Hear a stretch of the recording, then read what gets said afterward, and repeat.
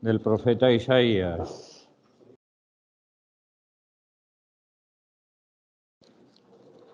Mi siervo va a prosperar, crecerá y llegará muy alto. Lo mismo que muchos se horrorizaban al verlo porque estaba tan desfigurado que no parecía hombre, ni tenía aspecto humano, así asombrará a muchos pueblos. Los reyes se quedarán sin palabras al ver algo que no les habían contado y comprender algo que no habían oído. ¿Quién hubiera creído este anuncio? ¿Quién conocía el poder del Señor? Creció ante el Señor como un retoño y como raíz en tierra árida. No había en él belleza ni esplendor y su aspecto no era atractivo. Despreciado, rechazado por los hombres, abrumado de dolores y familiarizado con el sufrimiento. Como alguien a quien no se quiere mirar, lo despreciamos y lo estimamos en nada. Sin embargo, llevaba nuestros dolores y soportaba nuestros sufrimientos. Aunque nosotros lo creíamos castigado, herido por Dios y humillado, eran nuestras rebeliones las que lo traspasaban y nuestras culpas las que lo trituraban. Sufrió el castigo para nuestro bien y con sus llagas nos curó. Gloria al Padre y al Hijo y al Espíritu Santo.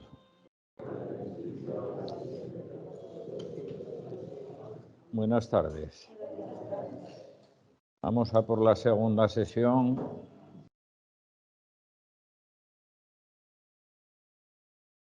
Que si mal no recuerdo nos quedamos la semana pasada prácticamente en el asedio de Jerusalén.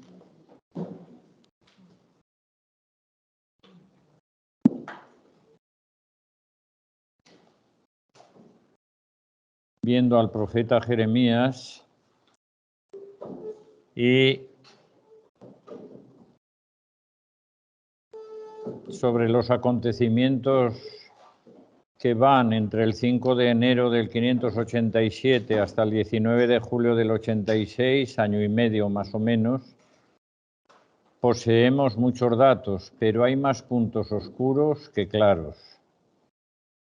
Baste recordar que Jeremías es encarcelado una vez más, acusado de traidor a la patria e incluso correrá serio peligro de muerte. Como un puntico de esperanza en medio del desastre, tiene lugar por parte de Jeremías la compra del campo a su primo Hanamel. Desde el patio de la guardia sigue animando a la rendición, pensando que eso traerá la paz. No tiene éxito y se produce la caída de la ciudad. Las preguntas que surgen: ¿Dios es el culpable de todo? ¿Del sufrimiento del profeta? ¿De la cerrazón de los judíos? Varios factores son los que sumieron a Jeremías en crisis vocacionales y existenciales que le duraron hasta la caída de Jerusalén en el año 586. ¿Me escucháis bien los de atrás? Sí. Causas externas e internas, ambientales y personales, vocacionales y existenciales, humanas y divinas. Todas ellas profundamente relacionadas entre sí, como lo son en todo corazón humano y en toda experiencia creyente, puesto que las ambivalencias van unidas a la condición humana. Las crisis de Jeremías están desencadenadas por causas externas, ambientales y circunstanciales.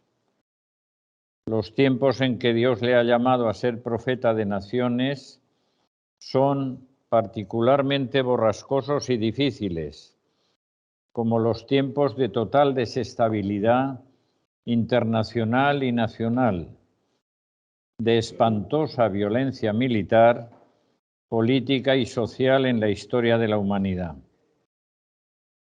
Tiempos que ofrecen panoramas de sufrimiento colectivo impresionantes e hirientes. Una causa más inmediata para Jeremías era su vocación profética. Es la palabra de Dios la que le crea soledad y desánimo, malestares y dudas.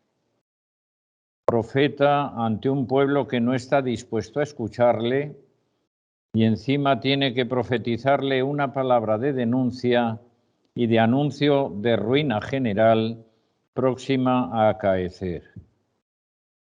Esto le resulta particularmente incómodo.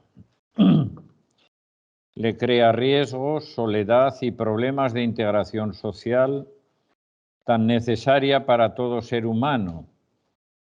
Pero esta es una cuestión que atraviesa el Antiguo Testamento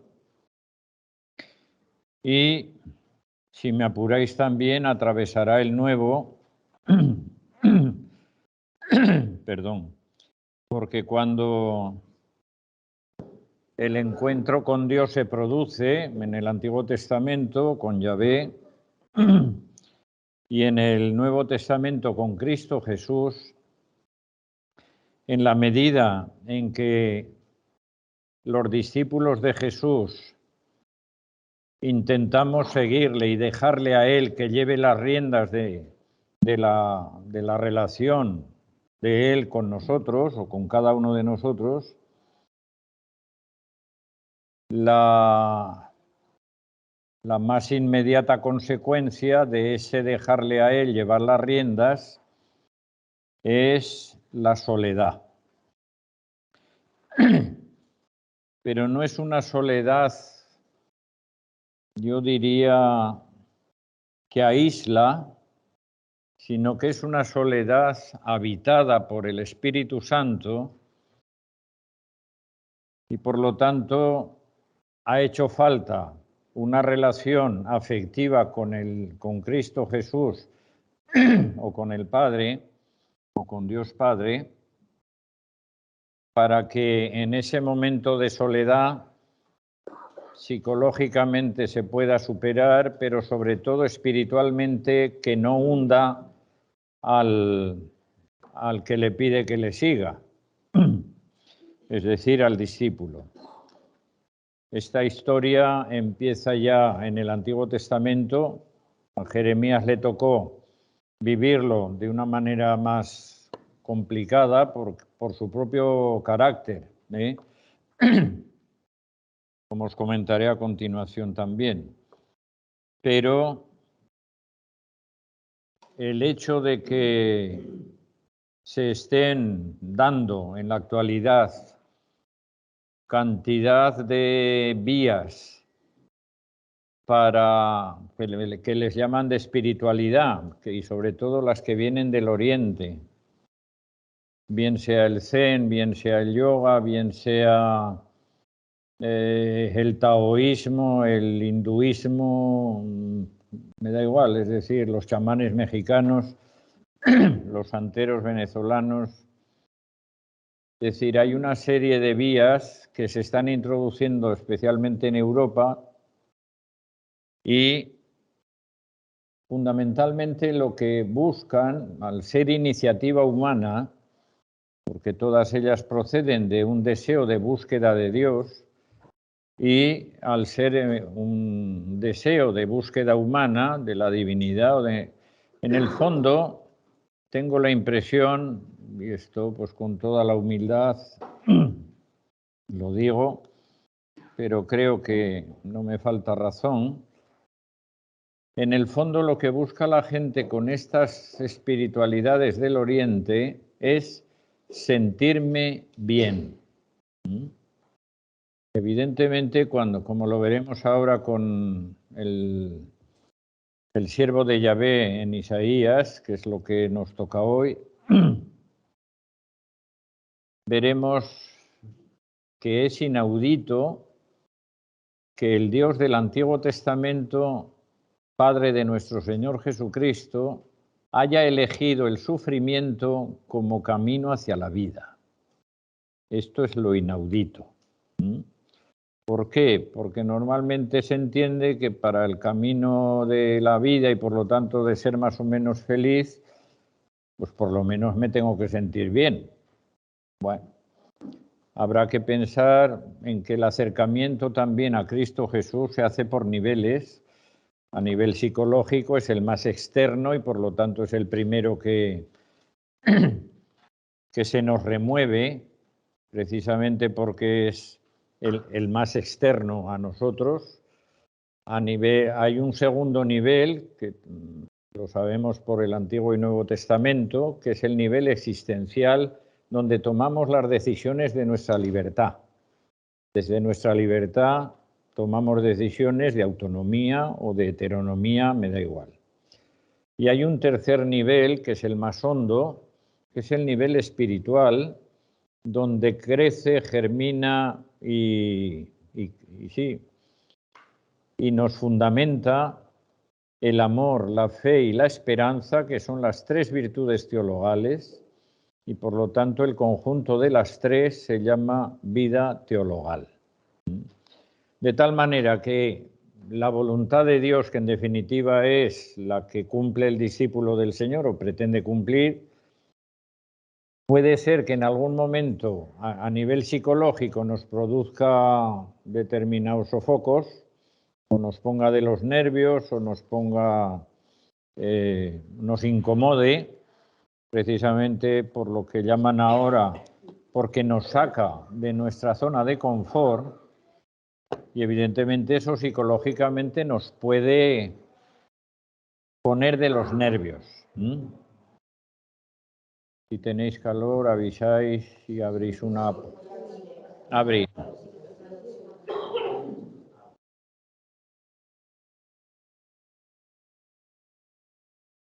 ¿Le puedes decir a Chema si puede dar el aire aquí en esta sala? Gracias. A ver si...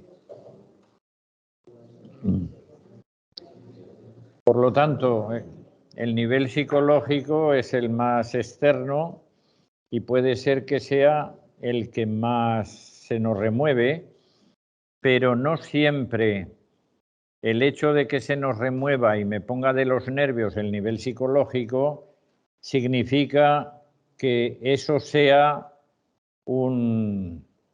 una dificultad para mí, o sea contrario a mí, o me haga daño, etc. Hay veces que precisamente una voz o una palabra que me saca de mi zona de confort desde el amor que me tiene, está buscando lo mejor para mí, para que yo sea cada vez más yo. Un poquito lo que os comenté la semana pasada y lo repito ahora, porque esto es lo que nos permite en el amor cristiano y por lo tanto en la plenitud del amor humano integrar amor y libertad, que es una cuestión que muchas parejas no la terminan de integrar, y entonces se piensan que si se vinculan afectivamente con alguien van a perder libertad. Bueno, entonces es que no se han enterado de nada. Lamentablemente, pero es así. Por lo tanto, gracias, Emilio. ¿Qué le pasa al bueno de Jeremías en esta última etapa? El 19 de julio del 586,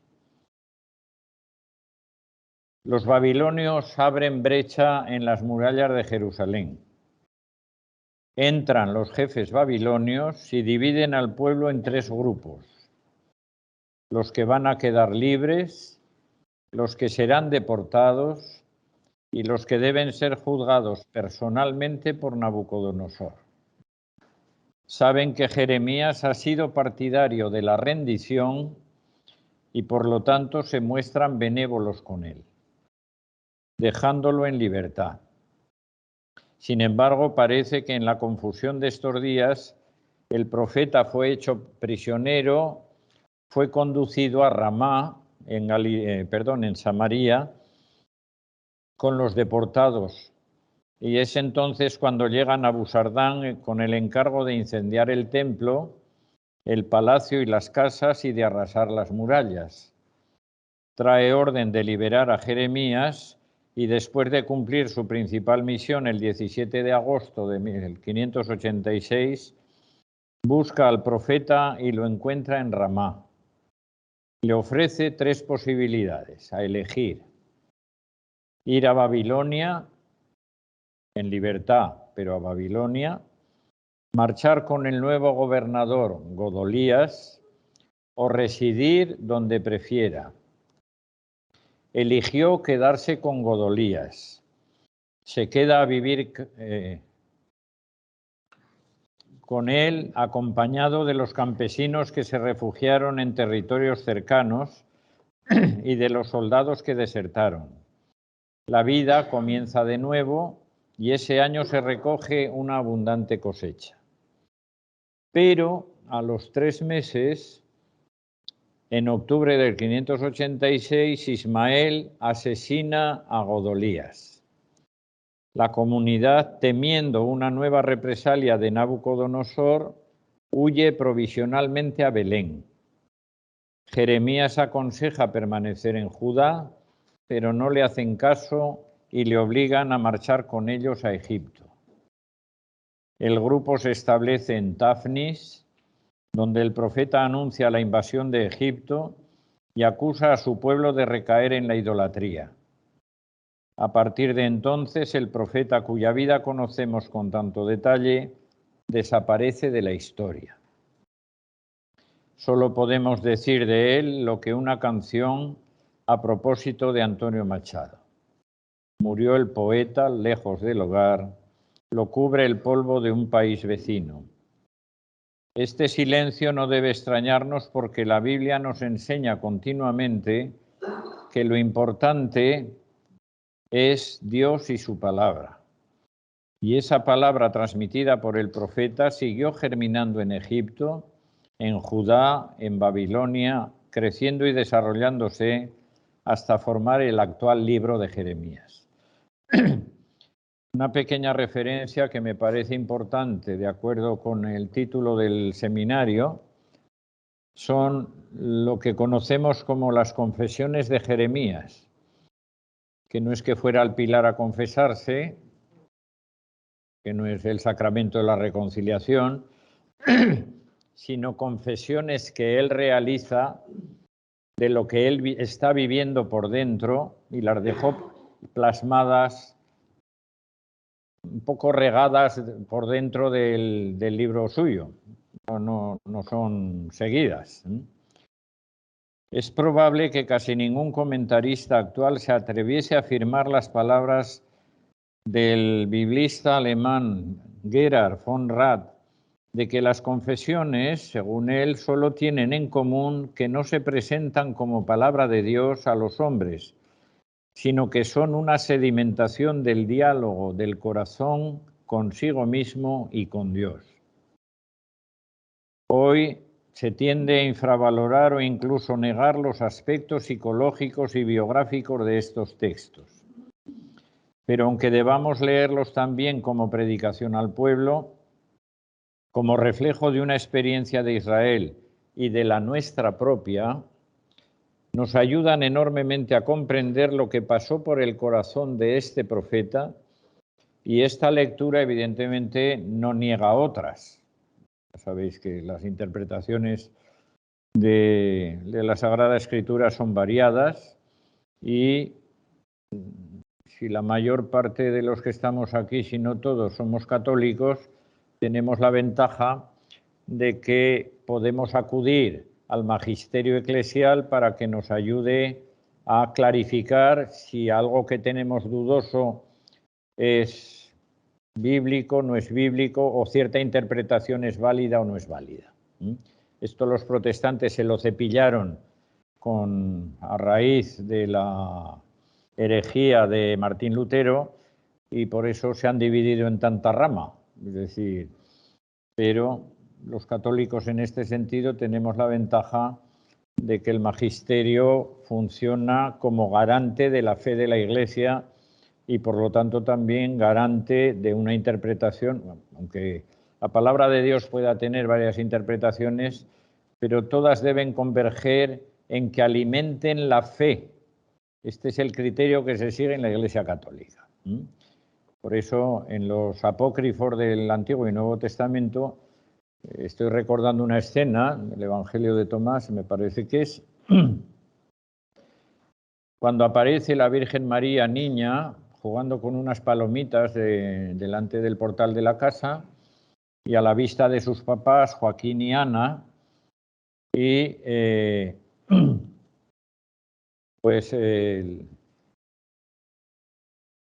problema de ese texto es que puede facilitar como anécdota la comprensión de un rasgo de la infancia de María como niña obediente a sus papás y como niña que está bajo la custodia de Joaquín y Ana. Eso está bien, pero esa escena en concreto ha pasado a ser apócrifa porque no alimenta ninguna fe. ¿Sí? Pues bien, la chica jugaba con las palomitas y muy bien, no pasa nada. Os lo digo porque es uno de los criterios que adoptó la Iglesia en el Concilio de Trento para determinar qué textos aceptaba la Iglesia Católica como inspirados y por lo tanto normativos para su fe y cuáles no. Que luego vienen algunos algunos periodistas ilustrados y dicen que la Iglesia ha tocado, ha retocado, ha cambiado lo que le ha parecido bien. Pues no. La Iglesia nunca ha ocultado ni los apócrifos del Antiguo Testamento ni los apócrifos del Nuevo Testamento, están publicados todos. Y lo que la Iglesia ha hecho ha sido uno de los criterios, no os digo los tres por no enredaros más, pero el criterio fundamental es que esos textos, es decir, los textos que la Iglesia asumía como inspirados y como ayudantes del proceso de la fe, era que alimentasen la fe de los destinatarios. El criterio que tenemos se puede contrastar con el magisterio de la Iglesia en caso de duda. Todos estos textos, por lo tanto, podemos leerlos desde el punto de vista de su vocación y misión, las confesiones. Incluso cuando parecen plantear un problema puramente teológico, terminan con una referencia a la actitud de Jeremías. La mayor parte trata de las dificultades externas que encuentra en el ejercicio de su tarea. Y 3 se centran especialmente en la misma vocación, revelándonos así el descontento del profeta en una profundización cada vez mayor del tema. Poco a poco, desde la primera confesión hasta la cuarta, se da una progresión que termina en donde va a terminar, que os lo cuento ahora. Al principio piensa que la culpa de su fracaso es solo de los seres humanos, a los que predica. La segunda achaca a los hombres y a Dios la culpa de su fracaso. Tercero, más tarde le echa la culpa solamente a Dios. Y por último, en plena desesperación, maldice a la vida como única culpable. Voy brevemente y voy un poco acelerado por culpa de que quiero explicar el siervo de Yahvé. El primero es, la primera confesión recoge, para empezar, la experiencia de fracaso de su misión y por lo tanto le echa la culpa de su fracaso a los compatriotas suyos. Las circunstancias son claras. Los habitantes de Anatot, patria de Jeremías, conspiran contra él e intentan matarlo porque profetiza en nombre del Señor. No podemos concretar más a qué se refieren, Quizá esté relacionado con el discurso del templo del capítulo 7 o con otras críticas del profeta a la institución oficial. En esta confesión es interesante notar dos detalles. Todas las dificultades vienen de los seres humanos. Segundo, Dios parece plenamente de parte del profeta. Parece. Es Él quien le revela los planes homicidas quien atiende a su deseo de venganza, prometiendo un castigo ejemplar a los que quieran hacerle daño a él. Y Dios mismo lo anima. Estos dos aspectos enmarcan a Jeremías en un marco muy tradicional, semejante al de los salmos de lamentación individuales. El inocente perseguido acude a Dios y Dios le promete que está con él y que no le va a pasar nada.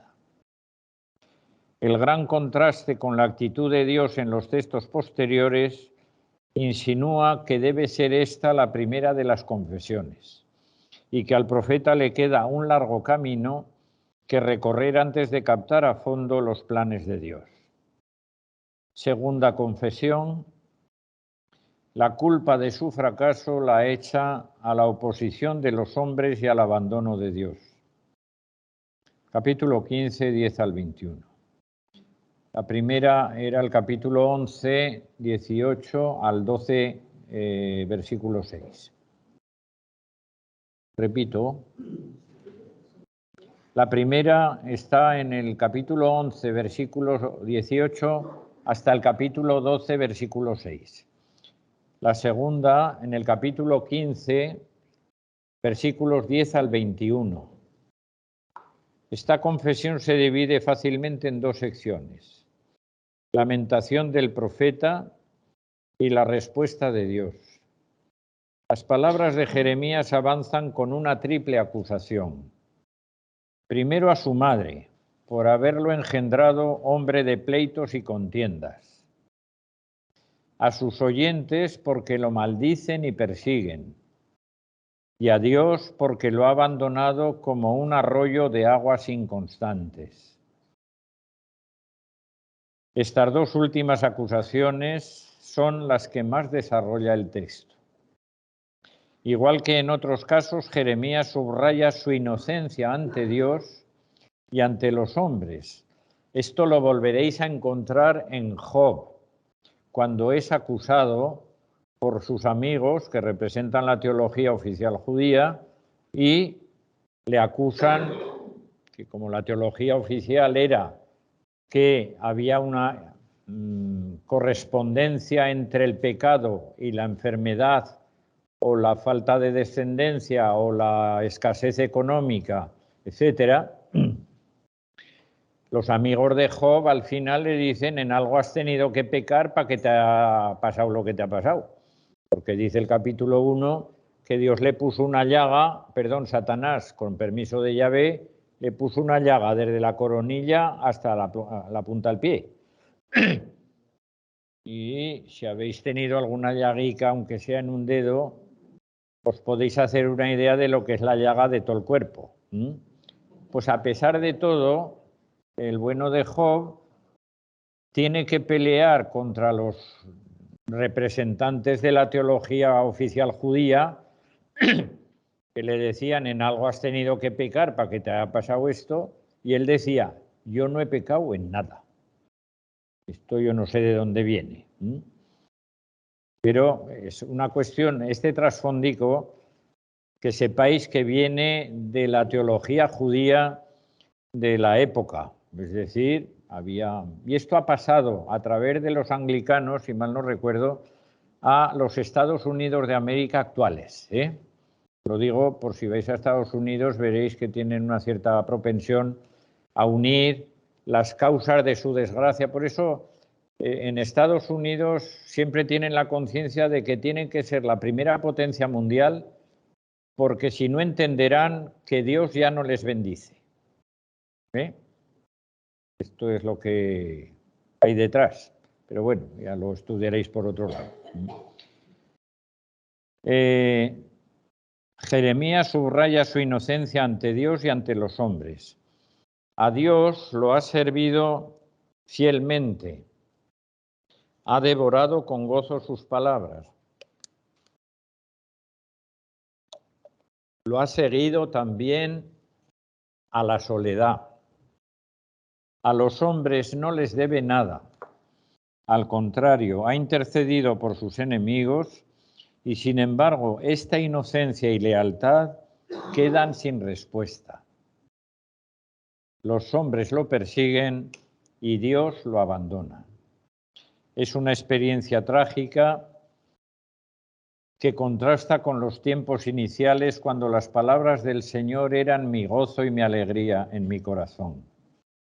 Ahora solo queda una llaga crónica, una herida incurable. Este texto supera al del capítulo 11, 18-23. La culpa de su situación no la atribuye ya solo a los seres humanos, sino también a Dios. El profeta se siente sin fuerzas para resistir y pide un cambio radical, que Dios reaparezca y que los enemigos desaparezcan. Efectivamente, Dios reaparece, pero esta vez no se sitúa en el mismo plano de Jeremías, por lo tanto, en lo que es su deseo, es decir, que reaparezca, lo cuide a él y sus enemigos lo desaparezcan. El Señor no viene a consolarnos ni a vengarlo, sino a acusarlo. Toma ya. El Señor no acepta su actitud porque Jeremías confunde lo precioso con la escoria. Solo admite un tipo de gozo y alegría, un tipo de presencia de Dios, la que me hace sentir bien, cuidado. Una forma de ejercer su ministerio. Y aquí es el ministerio profético realizado por un laico. Lo aviso para que no confundáis ministerio con sacerdocio. Una actitud de sus oyentes. En el fondo le preocupa más su situación personal, sentirse a gusto, eso es la escoria, que el mensaje de Dios, que es lo precioso.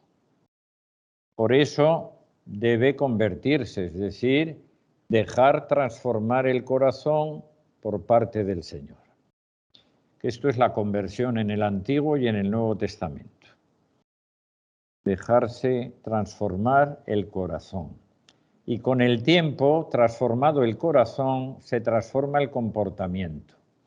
Pero quien busca transformar solamente el comportamiento sin transformar el corazón, eso no aguanta prácticamente ni lo que aguanta un caramelo en la puerta de un colegio. Es decir, ¿por qué? Si habéis hecho propósitos en algunos ejercicios espirituales, os habréis dado cuenta de que ¿cuánto os han durado los propósitos que habéis hecho el último día? No me lo digáis, no me lo digáis. Al que le hayan durado 3 meses habría que aplaudirlo. Que normalmente las cosas más gordas cuestan más, pero bueno.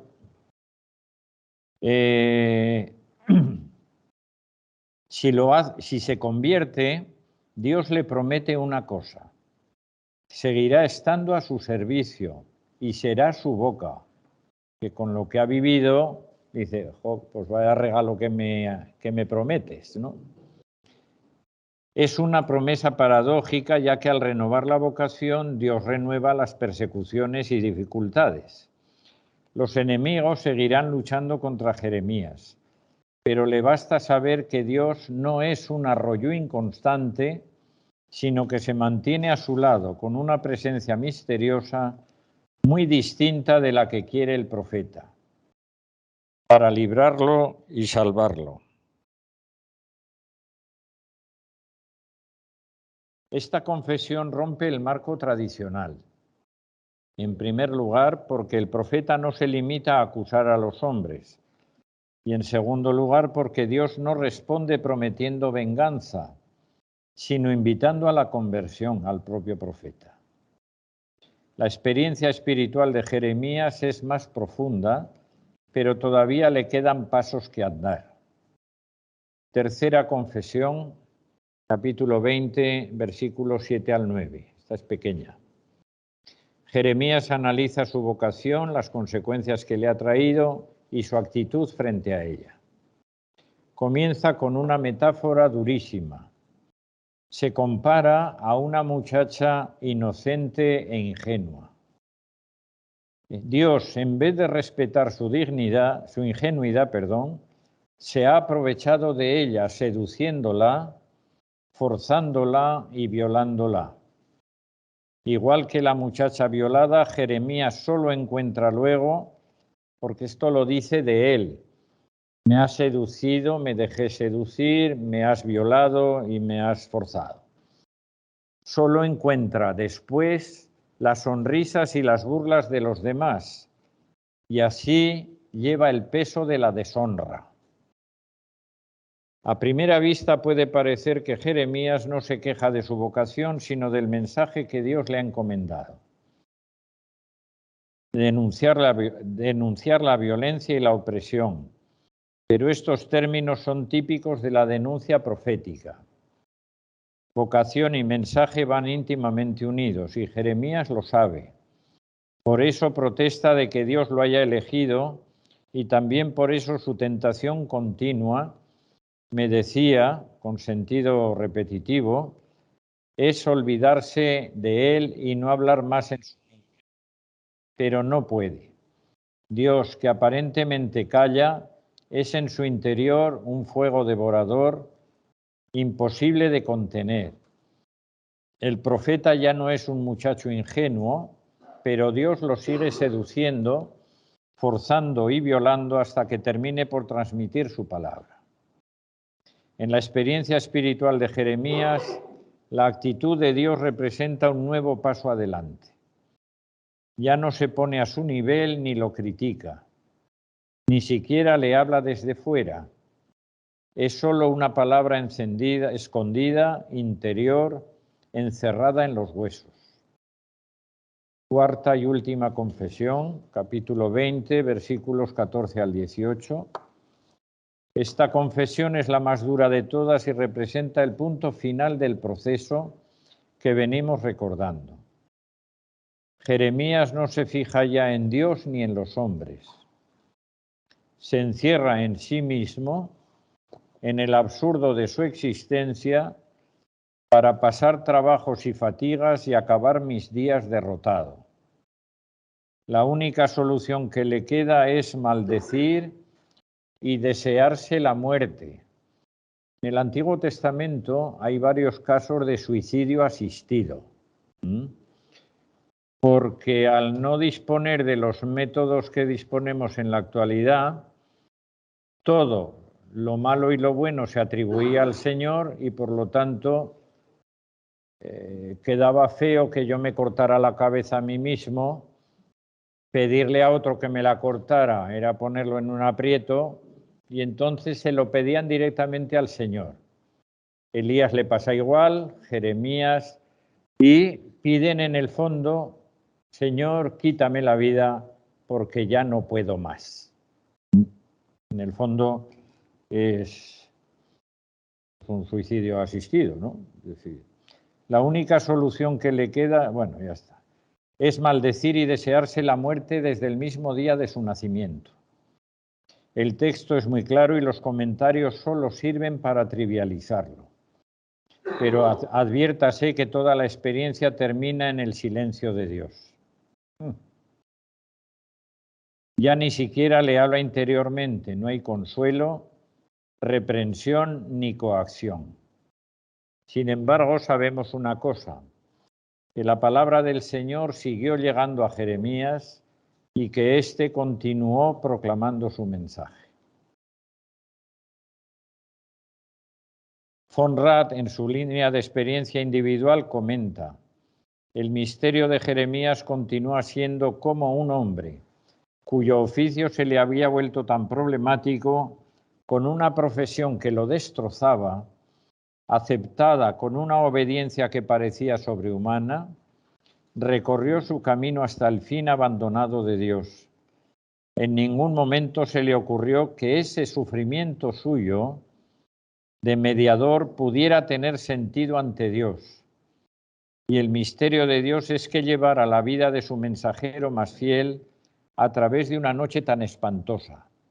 Y según todas las probabilidades, le dejara destrozarse en ella. Creo que Conrad ve las cosas de forma demasiado negativa. No niego que la experiencia de Jeremías fuese tremendamente trágica, pero el libro ofrece un dato revelador para comprender que Dios no lo abandonó ni lo dejó destrozarse en su misión. Está en el capítulo 45, cuando Baruch atraviesa una crisis semejante y se queja de que el Señor añade penas a su dolor. A través de una breve comparación, Jeremías le transmite un oráculo que parece reflejar la lección que él mismo debió aprender a lo largo de su vida. En un momento en el que Dios arranca lo que ha plantado, destruye lo que ha construido, clara referencia al final del Reino del Sur, la caída de Jerusalén y la deportación futura a Babilonia, Baruch, su secretario, no puede pedir milagros para él. Debe insertar su destino en los planes de Dios, compartir los sentimientos divinos y contentarse con salvar su vida como un despojo. No sabemos si algo parecido le ocurrió a otros profetas como Amós, Oseas, Isaías y el resto de profetas. Pero no debemos montar teorías sobre lo que desconocemos. Lo único indiscutible es que en estos hombres se dio una profunda experiencia de Dios, que ellos mismos encontraron dificultades para expresar y que nosotros solo podemos intuir. Lo importante no era el gozo personal o el conocimiento íntimo de Dios. Era una experiencia con vistas a la misión en la que siempre ocupa un puesto capital el pueblo, por muy pecador y obcecado que sea. Este tema del pecado aparecerá ahora en el siervo de Yahvé. Y me meto directamente con él para que me dé tiempo a terminarlo. Un poco más corto que Jeremías, pero quizá más sustancioso. Para quienes manejáis la Biblia todos los días, no os resultará extraño saber que los 4 cánticos del siervo de Yahvé se encuentran en el segundo Isaías, es decir, capítulos 40 al 55 del actual libro de Isaías. Y para los que no manejáis la Biblia todos los días, pues seguramente esto resulta novedoso. Entonces, estos 4 cantos del siervo también están dispersos en medio del segundo Isaías y os iré diciendo las citas correspondientes. ¿Quién es este Isaías 2? Porque el Isaías 1 está en el siglo VIII antes de Cristo. Vivió y proclamó la palabra del Señor en el siglo VIII. Mientras que el segundo Isaías es del tiempo del destierro. ¿Queréis descansar 5 minutos? ¿O sigo? Sigo. Si acaso damos la fiesta al final. Vale. El segundo Isaías es de la época del destierro, por lo tanto estamos en el siglo VI. 500 y pico, hemos visto con Jeremías, 587, por ahí. Bueno. Llaman más la atención los 4 cantos del siervo, por cuanto el conjunto de su mensaje es un mensaje de ánimo, esperanzador y de salvación. El conjunto de estos capítulos, del 40 al 55, veréis, si los leéis de corrida una tarde, que tengáis tiempo, ganas, o si cogéis, qué sé yo, de Zaragoza a Madrid el tren, se puede leer los 15 capítulos o 16 del segundo Isaías.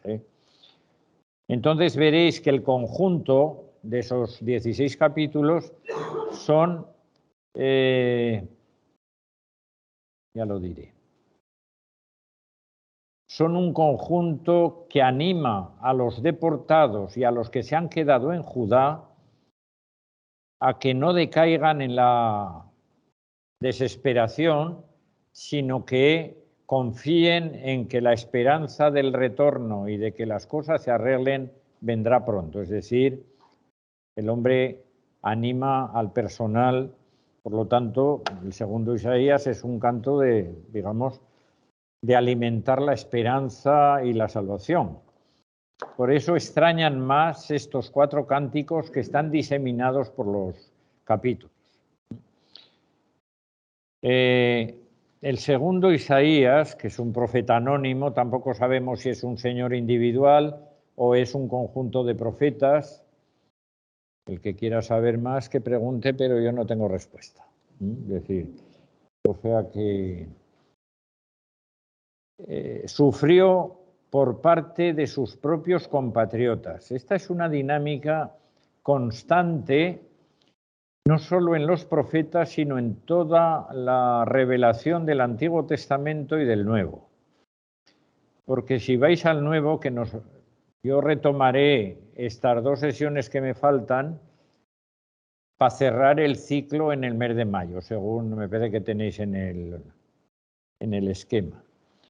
Y entonces os contaré algo que empieza a tener sus inicios por ahora, es decir, en tiempos de los profetas.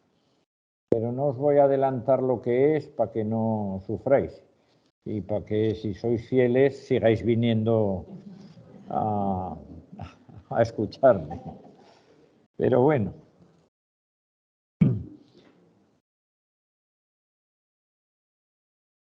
Es una constante el desprecio que los compatriotas manifiestan hacia quien les habla de Dios de una manera amorosa y amistosa.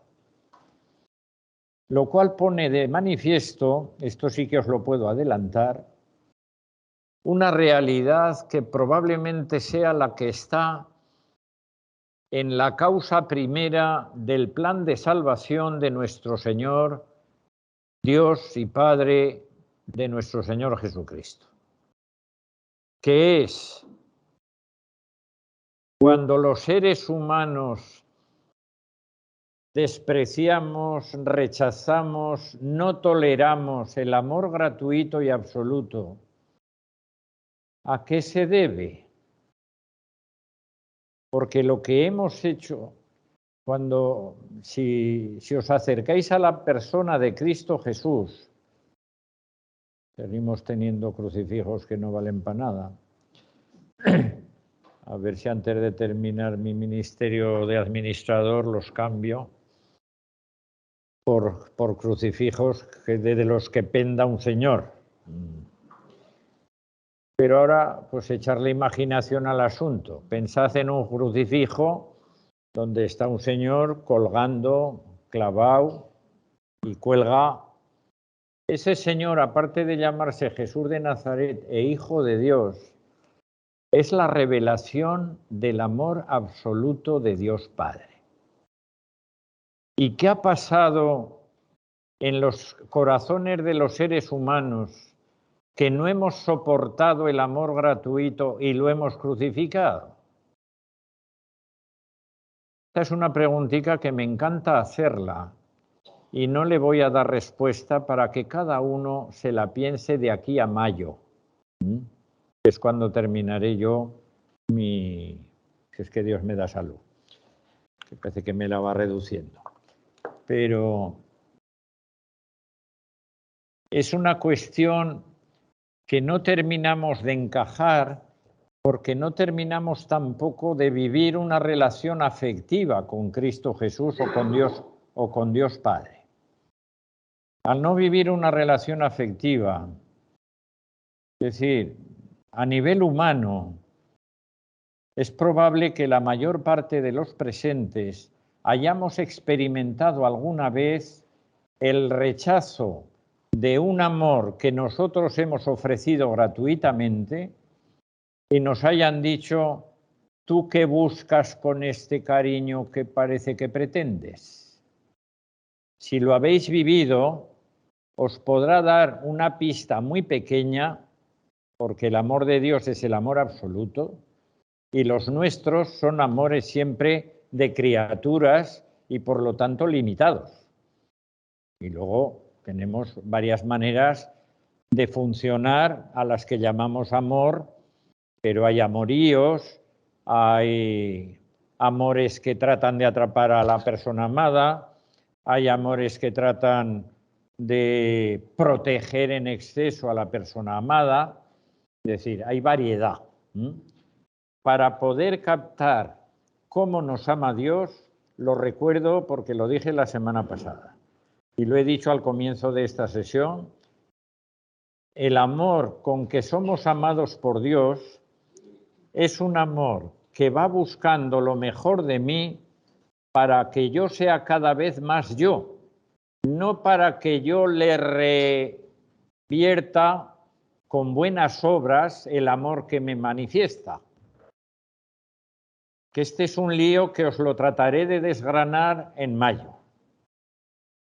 Pero si Dios y Cristo Jesús, a través de su Espíritu Santo, lo que van buscando es lo mejor de mí, incluido lo que hay detrás de cada pecado mío, detrás de lo que hay de mejor de mí, para que yo sea cada vez más yo, no para que yo le tenga que compensar con buenas obras.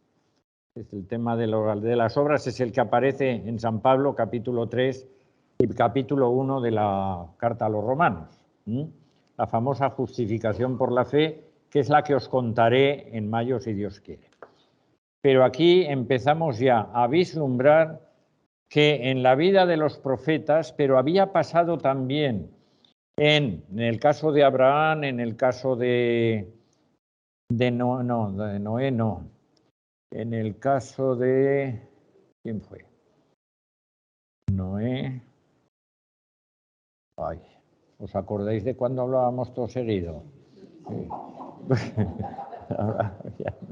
ahora ya me pierdo.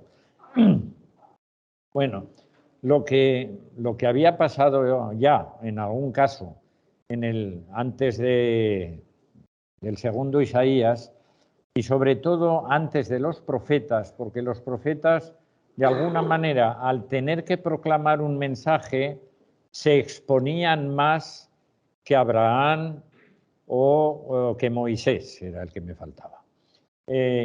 ¿Por qué? Porque en el fondo Abraham y Moisés eran personas individuales que al fin y al cabo iban cumpliendo lo que Dios les pedía, pero tampoco tenían que dar muchas explicaciones al pueblo. Es decir, iban haciendo, pues ahora por aquí, ahora por allá, esto es lo que toca y marchando.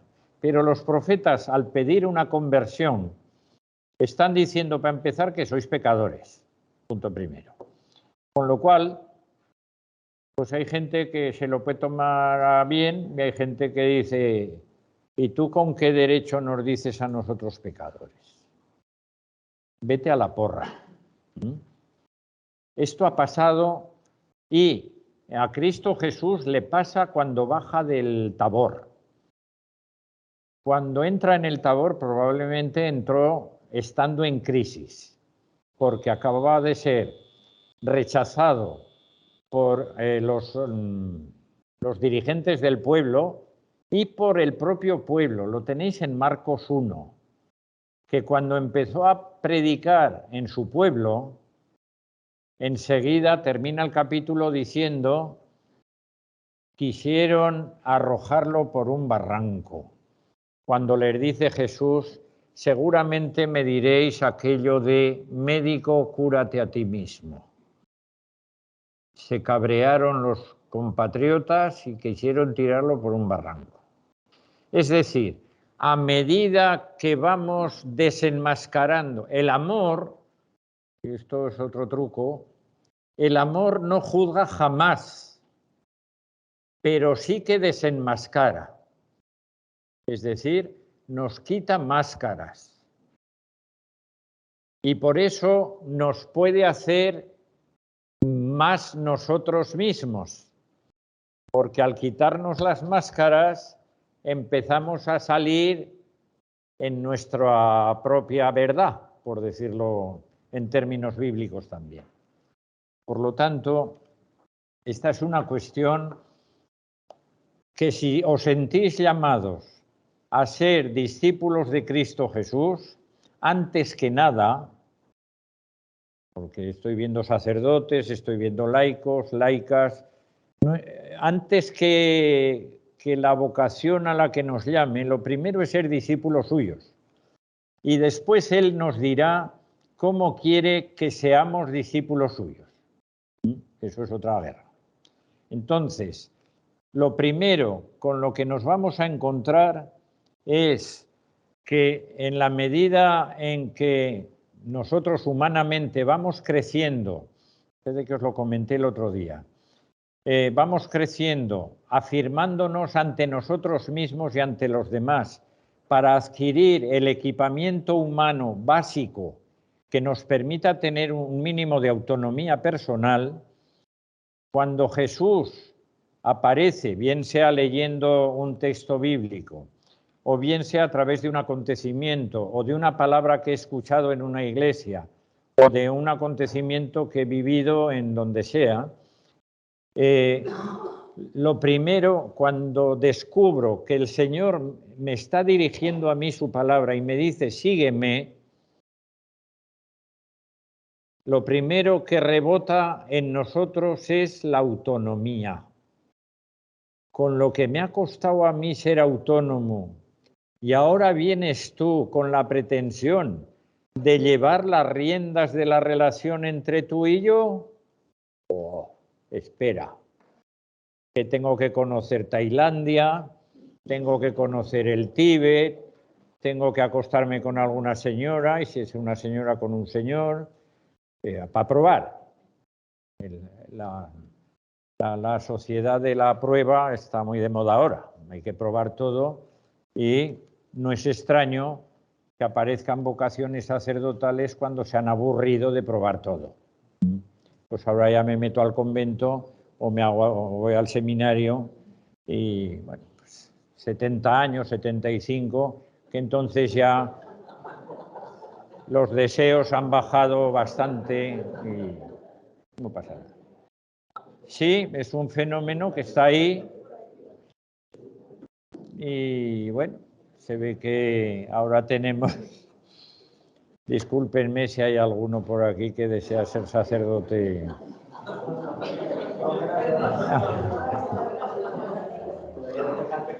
Perdón. Si es cosa de Dios, perdonadme.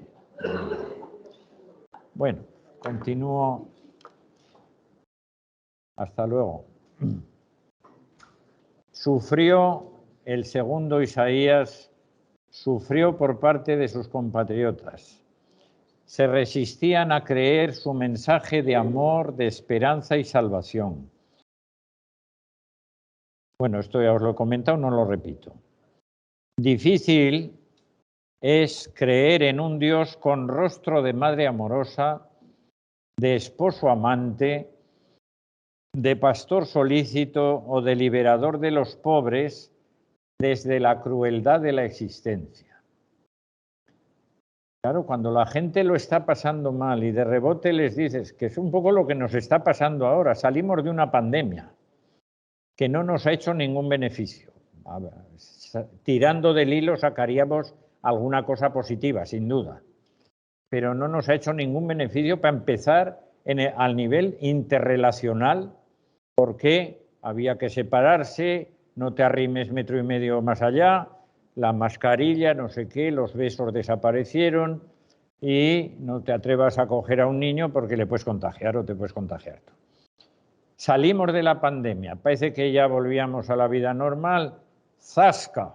Aparece un Putin metiéndose con Ucrania, que no sé qué tiene allí, algún día nos enteraremos, probablemente en la vida eterna, porque en esta vida casi siempre las razones que nos dan no son las auténticas y por lo tanto no sabemos. Esta mañana les comentaba a mis alumnos de proféticos, digo, ¿os estáis dando cuenta de que no dan noticias los periódicos de Kazajistán? Ucrania para arriba, Ucrania para abajo, los muertos, los no sé qué. Kazajistán, he leído que es el país que tiene mayores reservas de uranio en el planeta y está a la sombra de Putin. Y nadie dice nada. Y cuando esta mañana he oído, a buena hora de la mañana, que parece ser que ha sacado a pasear un submarino que parece que puede lanzar unos petardos un poco más allá de los fuegos artificiales de las fiestas de mi pueblo, pues la de aquel. Bueno, en una situación así, que te digan que Dios te quiere, lo normal es que te digan, ya te escucharemos otro día, como le dijeron a Pablo en Atenas. Por eso, los que hemos sido llamados precisamente para la evangelización más explícita y especialmente proclamando la palabra de Dios, os prometo que no nos está resultando nada fácil. Pero bueno, será que tiene que ser así. No digo nada. ¿Cómo superar el escepticismo y la desesperación de los oyentes duramente heridos por las experiencias anteriores de la historia o de la propia vida? Parecían más poderosos los dioses de Babilonia, Marduk, que Yahvé, o más creíble la fuerza del destino que el de un pueblo derrotado.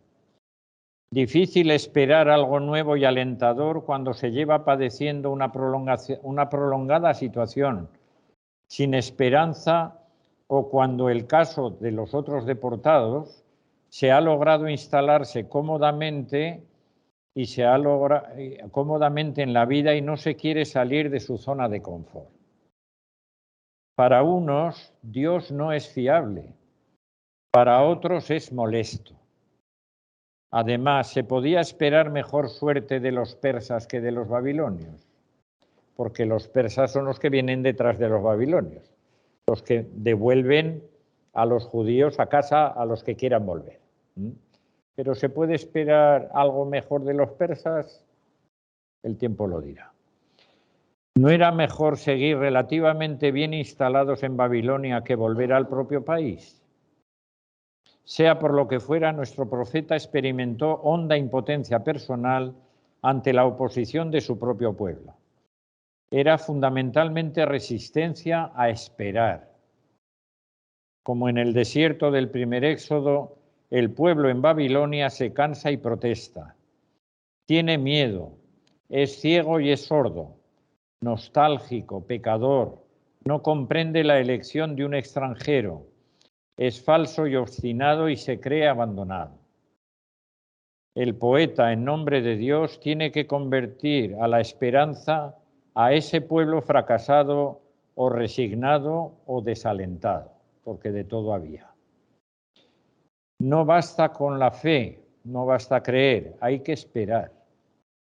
Resulta tarea o misión ardua proclamar su mensaje de consolación y liberación a un pueblo ciego, aunque tiene ojos, y sordo, aunque tiene oídos. ¿Podemos saber algo más de este gran profeta evangelista? Tengo entre comillas, evangelista. Depende de los célebres 4 cánticos de Yahvé. El primero lo tenéis en Isaías 42, versículos 1 al 9. Comienza, solo digo el inicio para no perder mucho tiempo. Lo podéis leer en cualquier Biblia. He aquí mi siervo, mi elegido. El tema de la elección atraviesa todo el Antiguo Testamento y es el primer paso para iniciar una relación que sea mínimamente significativa. No digo ni una relación amorosa, ni una relación amistosa, ni una relación no sé qué. Que sea significativa. ¿Por qué? Porque puede ser significativa sencillamente porque tú me has abierto el horizonte vital. Y por lo tanto, gracias, y esto nos permite iniciar una relación más profunda. Es decir, pero que sepáis que la elección es el primer paso. ¿Por qué? Porque alguien se ha fijado en mí. Tentación que viene con la elección. La tentación de pretender atrapar al que me elige, porque en la medida en que yo lo tenga atrapado, yo tendré la ilusión, no la realidad, sino la ilusión de que alguien sigue siendo, para alguien soy significativo. Este es el drama que hay por dentro de las relaciones iniciales amorosas. Es decir, que cuando me siento amado por alguien en los inicios, no digo después, porque después se puede corregir y se corregirá. Pero al inicio, lo que nos brota espontáneamente es precisamente en la medida en que yo experimento que tú me amas, o me lo manifiestas de alguna manera, yo trato de atraparte, porque en la medida en que te atrape, yo vivo con la ilusión de que yo seguiré siendo significativo para alguien. Por lo tanto, el tema de la elección va estrechamente vinculado al tema de la significación, es decir, que yo signifique algo para alguien. Dios habla, primer cántico del siervo. Dios habla, actúa y se autorrevela, elige un servidor y lo presenta ante el pueblo. La existencia de su siervo será misión en el mundo a favor de los seres humanos. Es misión recibida, no autoposeída, y en fidelidad a quien le envía. Su misión es promover el derecho a las naciones, lo cual indica de rebote que pareciera que en el conjunto de las naciones el derecho no se estaba ejecutando. Y en concreto, además de promover el derecho, abrir los ojos de los ciegos, sacar de la cárcel a los cautivos y del calabozo a los que habitan en sus tinieblas, liberarlos de cárceles físicas, sociales, psíquicas y espirituales. Para esa misión Dios lo equipa con su espíritu que le sostiene y por ello no desmayará ni se quebrará. Y realiza su misión al estilo de Dios, de manera humilde, paciente y no violenta. Se impone no por la fuerza, como los prepotentes de este mundo, sino como siervo, como servidor. Le bastan su propia certeza de estar al servicio del Dios creador de vida y el arma humilde de la palabra. Segundo cántico lo tenéis en el capítulo 49, versículos 1 al 7. Primera respuesta del siervo. En vano me he cansado y gastado mis fuerzas. El siervo se autopresenta y narra su experiencia personal, compleja y probada. Dios pronunció mi nombre, quiso mi existencia para una misión ya desde el seno de mi madre. Dios lo fue gestando para sí desde el momento y lugar privilegiados en que el ser humano se va configurando para la vida. Desde entonces se sabe cuidado por Dios, escondido en la sombra de su mano, en su vulnerabilidad, por lo tanto en su fragilidad. Es instrumento de Dios y lo es mediante el único poder de la palabra. Algunos me lo habéis escuchado ya, pero veo que hay alguna cara que es nueva. Y por lo menos que lo hayáis escuchado una vez antes de morir. La mayor parte sois jóvenes aún. Os queda tiempo. ¿Sabéis lo que alimenta el deseo?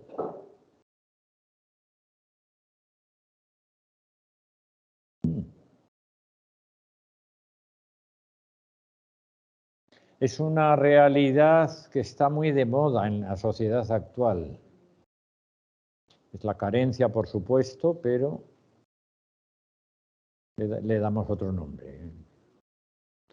La imagen. Las imágenes alimentan el deseo. Por eso habréis notado que hay mucha publicidad fundamentada en imágenes. Bueno.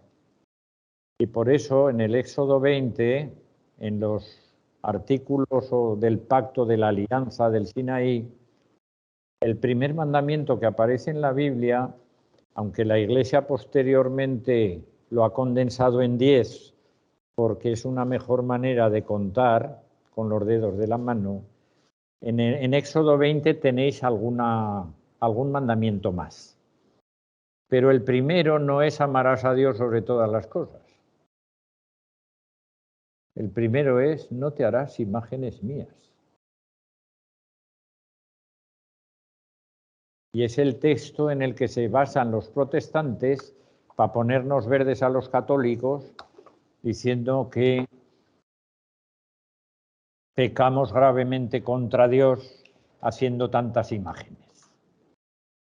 ¿Será porque tienen envidia de los pasos de Semana Santa? No lo sé. Vale. ¿Por qué? Porque una cosa son las imágenes físicas y otra cosa son las imágenes afectivas. Conviene que recordemos que en las relaciones interpersonales, sobre todo al inicio, yo me hago una idea, me hago una imagen de la persona con la que establezco el inicio de una relación. Y esa imagen va cambiando a medida que profundizamos en la relación. Pero ahí lo dejo. Las imágenes alimentan el deseo, esa es la primera parte. ¿Y sabéis lo que alimenta el amor?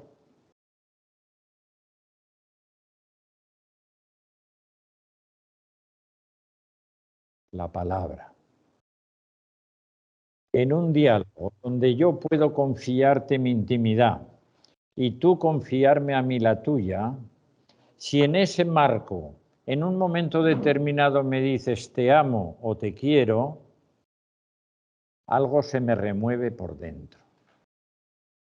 Mientras que si la Pantoja o la Lola Flores, que son las de mi época, al terminar el concierto dicen españoles os quiero mucho, yo nunca me he sentido amado ni por la Pantoja ni por la Lola Flores, ¿no? Lo aviso. Continúo para ver si termino. En la realización de esa misión ha pasado graves crisis. Inútilmente me he fatigado. He gastado mis fuerzas para nada. Desaliento, sensación de cansancio inútil, de ineficacia en su trabajo, de abandono por parte de Dios, como tantos otros profetas que hemos visto. Moisés, Elías, Jeremías. En la prueba percibe la presencia del que le envió. Dios responde de él y de los caminos y resultados de la misión. Está con él en su ingrata tarea. Tú eres mi siervo y en ti me complazco. Además de confirmarle en la conciencia de su misión en medio de sus malestares y desalientos, ensancha el horizonte de su misión. Está destinado no solo a levantar y a hacer volver a Israel, sino a ser también luz de los pueblos. El tema de la luz de los pueblos en Isaías es interesante, porque cuando el profeta habla de que Israel, tú has sido elegido por Yahvé para ser luz de los pueblos, le está indicando cuál es su misión, que no es para que se la guarde para sí, pecado en el que cayeron los fariseos en el Nuevo Testamento. Qué buenos somos, nos ha elegido el Señor. Nosotros somos los justos. Y cuando Jesús dice que ha venido a por los pecadores, menuda alegría hemos dado los pecadores. Claro. Por lo tanto, en ese sentido, ha elegido a Israel para ser luz de los pueblos, es decir, para que anuncie a los demás pueblos el amor con que Israel es amado y por lo tanto experimentado. No es un amor idealista, es amor experimentado. En la prueba, vale.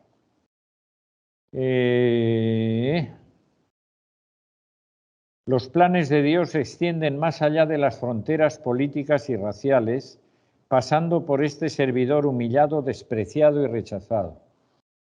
Una de sus paradojas, paradoja de no pocos seres humanos que cuando se encuentran con el amor entregado y gratuito, lo rechazan porque se sienten desenmascarados en su narcisismo y egolatría y no están dispuestos a salir de sí para vincularse amorosamente a otros seres humanos, lo cual frecuentemente genera violencia.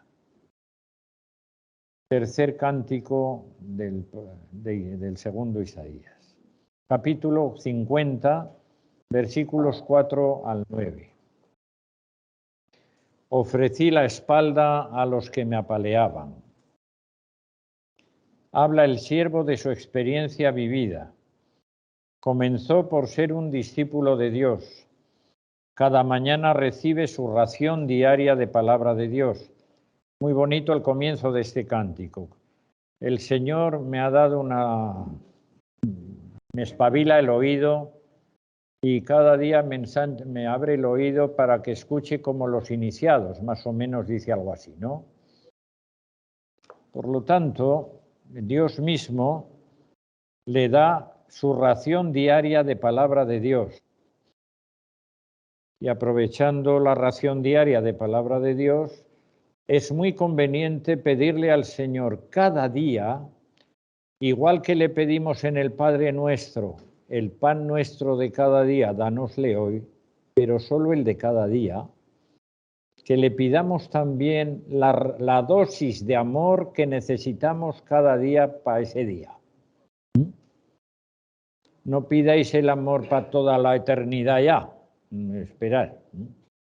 Señor, concédeme el amor para pasar este día. Por lo tanto, habla el siervo, cada mañana recibe su ración diaria de palabra de Dios, abierto a él escucha su palabra hasta hacerla entraña suya. Solo así puede dar una palabra de aliento a los cansados seres humanos. El cumplimiento de su misión, quizá en un nuevo contexto y difícil, se le ha convertido en fuente, cada vez más, de rechazo, de escarnio y sufrimiento. La escucha de la palabra de Dios le hace capaz de aceptar la persecución y el sufrimiento. No me resistí ni me eché atrás. Ofrecí mis espaldas a los que me golpeaban. No hurté mi rostro a ultrajes y salivazos. El siervo ha madurado. La persecución no le hace dudar de su misión. Se ha vuelto decidido y consistente. Seguro de cumplir la voluntad de Dios, sabe que Dios responde de él. Él me ayuda, no quedaré defraudado. Él es mi defensor. En el tribunal de los hombres, Él reconocerá su justicia. Seguro de Dios, puede aceptar con Él y por Él una existencia vulnerable, expuesta a lo peor, fiel hasta el final a su Dios y a su misión. El Señor me ayuda. ¿Quién podrá condenarme? En pocas palabras, vocación para recibir y comunicar la palabra, implicación en la misión hasta aceptar el sufrimiento, confianza imbatible en el Señor. Y el cuarto y último canto, que va desde el capítulo 52, versículo 13, hasta el capítulo 53, versículo 12. No levantéis la mano, pero probablemente la mayor parte de los asistentes soléis ir el Viernes Santo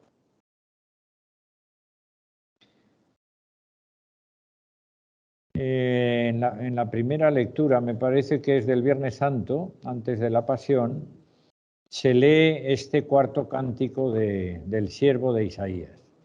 ¿Por qué? Porque durante la Semana Santa, lunes, martes y jueves, no me acuerdo si es el miércoles o el jueves, pero los 4 cánticos se proclaman en la Semana Santa. Lunes, martes y creo, algún sacerdote que me ayude, es jueves o miércoles, no me acuerdo. Bueno, sí. El viernes es el cuarto cántico, digo para el tercero, que no me acuerdo ahora, pero bueno.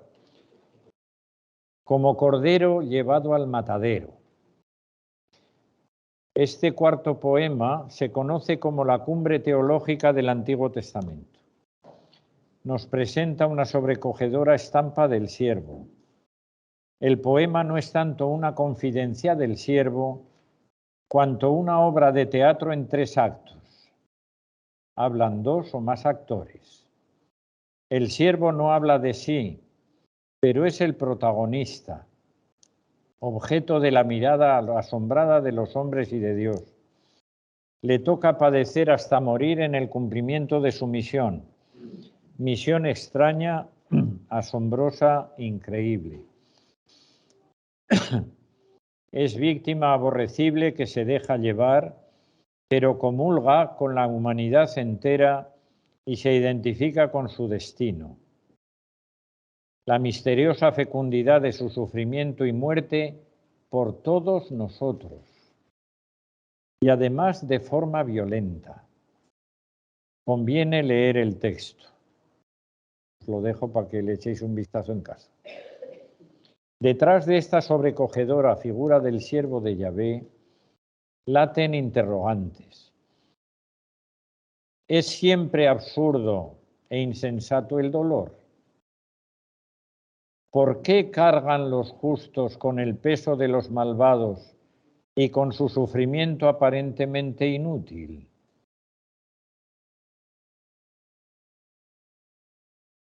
El 11º mandamiento era soportar con paciencia los defectos o pecados del prójimo.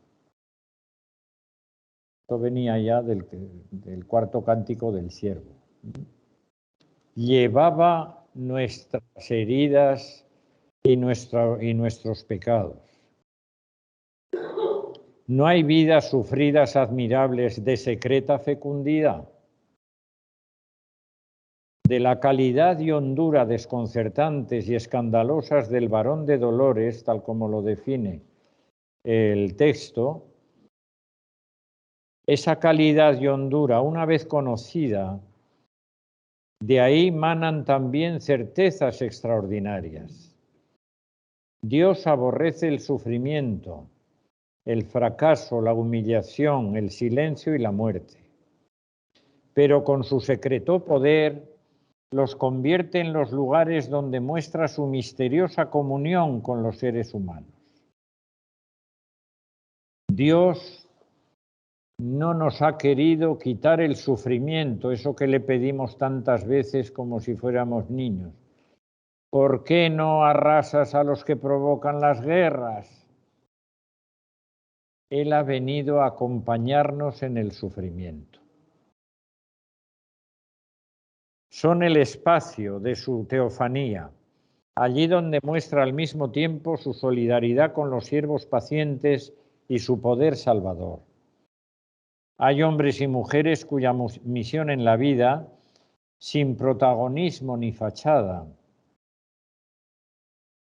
social, ha sido amar gratuitamente, cargar con el peso y hasta con las culpas de los demás, suplicar por ellos a Dios en la esperanza confiada, solidarizarse con ellos hasta asumir el dolor, el fracaso y la muerte prematura.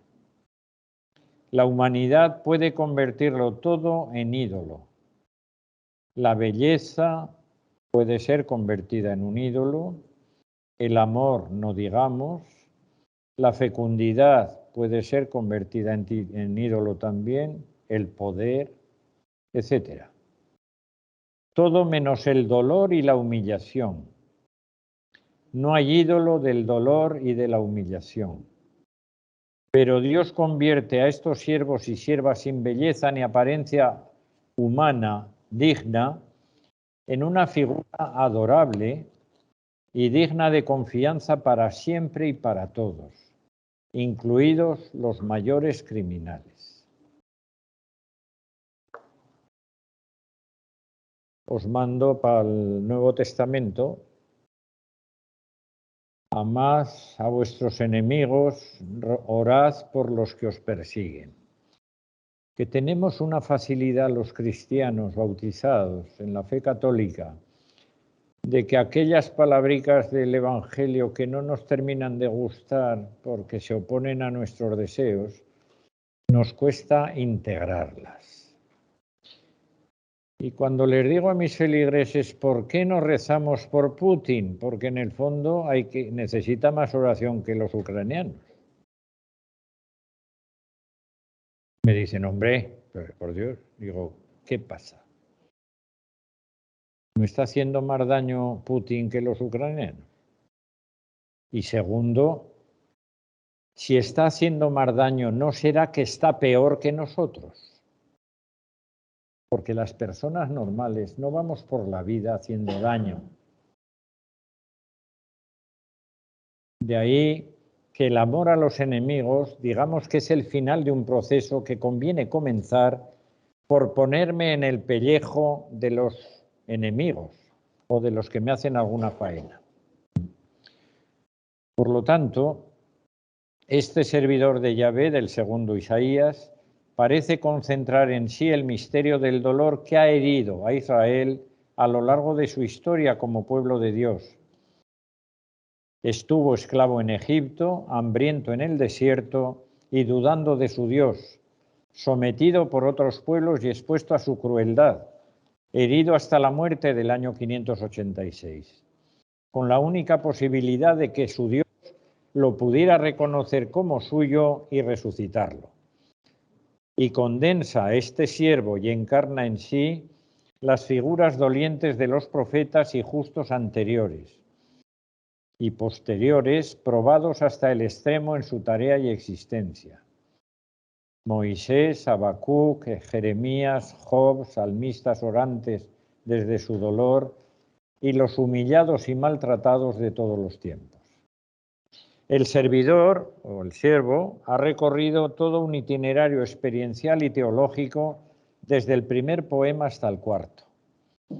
Brevemente señalado viene a ser, por un lado, la experiencia de la llamada por Dios para una misión para con su pueblo y para con todos los pueblos. El cumplimiento de esa misión le origina rechazo y persecución por fuera, crisis y dudas por dentro. Solo Dios le sostiene fiel hasta el final. Culmina su misión en total indefensión y pasividad como sufrimiento, fracaso y muerte. Abandonado por los humanos y por Dios, pero solidario con aquellos y fiel a Dios. Dice Dolores Aleixandre, el siervo es alguien que vive una particular calidad de relación con Dios y con el pueblo. Su sufrimiento y muerte humanamente inútiles vienen a ser salvadores por voluntad de Dios.